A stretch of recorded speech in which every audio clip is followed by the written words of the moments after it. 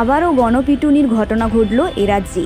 মানসিক ভারসাম্যহীন এক মহিলাকে ছেলে ধরা সন্দেহে ইলেকট্রিক পোস্টে বেঁধে মারধর করল গ্রামবাসী। তবে এলাকাবাসীর সূত্রে জানা যায়, গত রবিবার এমনই ঘটনা ঘটে। এই ভিডিও ভাইরাল হতে এলাকায় চাঞ্চল্যের সৃষ্টি হয়।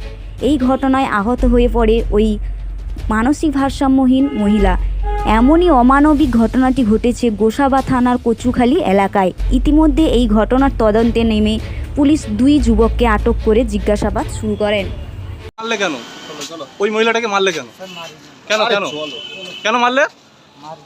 আচ্ছা, তৃণমূলে কি পঞ্চায়েত সদস্য ছিল তোমাদের সাথে? উত্তম বৈদ্য কি বলছি, উত্তম বৈদ্য কি ছিল তোমাদের সাথে? শুনতে পাচ্ছ? উত্তম বৈদ্য কি ছিল? আমি জানি না। হ্যাঁ, আমি জানি না। তাহলে মহিলাকে মারলে কেন? আমি মারিনি। কে মেরেছে জানি না। ওই মহিলাটাকে কে পোস্টার বেঁধে মেরেছে?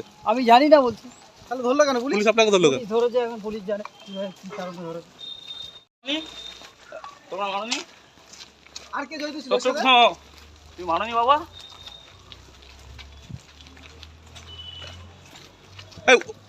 উত্তম বৈদ্য কি ছিল? বলতে পারবো না। হ্যাঁ, ভিডিওতে দেখা যাচ্ছে তো উত্তম বৈদ্য রয়েছে। তোমাদের কি উত্তম বৈদ্য কি মারতে বলেছে? আমি কিছু জানি না। হ্যাঁ, বৃদ্ধা মহিলা আমার বাড়ির সামনে আমি দেখতে পাই দুপুর আনুমানিক 1টা নাগাদ।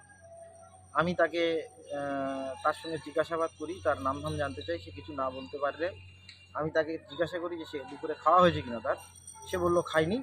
তো আমি তাকে খাওয়ার ব্যবস্থা করাই। সে খায় এবং খাওয়ার পরে আমাকে আমার প্রতিবেশীরা বলে, একে খাওয়ার ব্যবস্থা করলে তুমি আজকে, এ প্রত্যেকদিন খেতে আসবে, এ ছেলে ধরা পাগল নয়। তো আমি বললাম যে পাগল হোক বা ছেলে ধরা, দুপুরে খেতে দিন, তারপর ওনাকে আমি চলে যেতে বলবো। তো খাওয়া হয়ে গেলে ওনাকে আমি বিদায় জানালাম, উনি চলে গেলেন।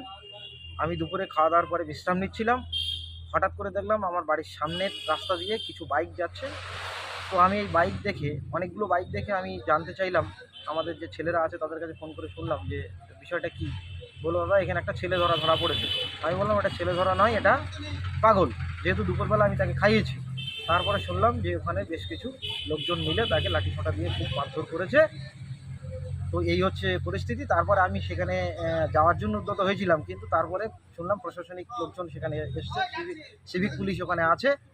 তো তারপর তাকে খেয়া পার করে প্রশাসনের নেতৃত্বে, সিভিক পুলিশের নেতৃত্বে আমাদের বেলতলি খেয়া পার করে তাকে বেলতলিতে পাঠানো হয়েছিল। এই পর্যন্ত আমার জানা আছে। নমস্কার, আমি পলাশ মণ্ডল, পেশায় রামনগর হরিশ্চন্দ্র হাই স্কুলের শিক্ষক। তোমরা মাননি? আর কে জড়িত ছিল? তুমি মাননি বাবা?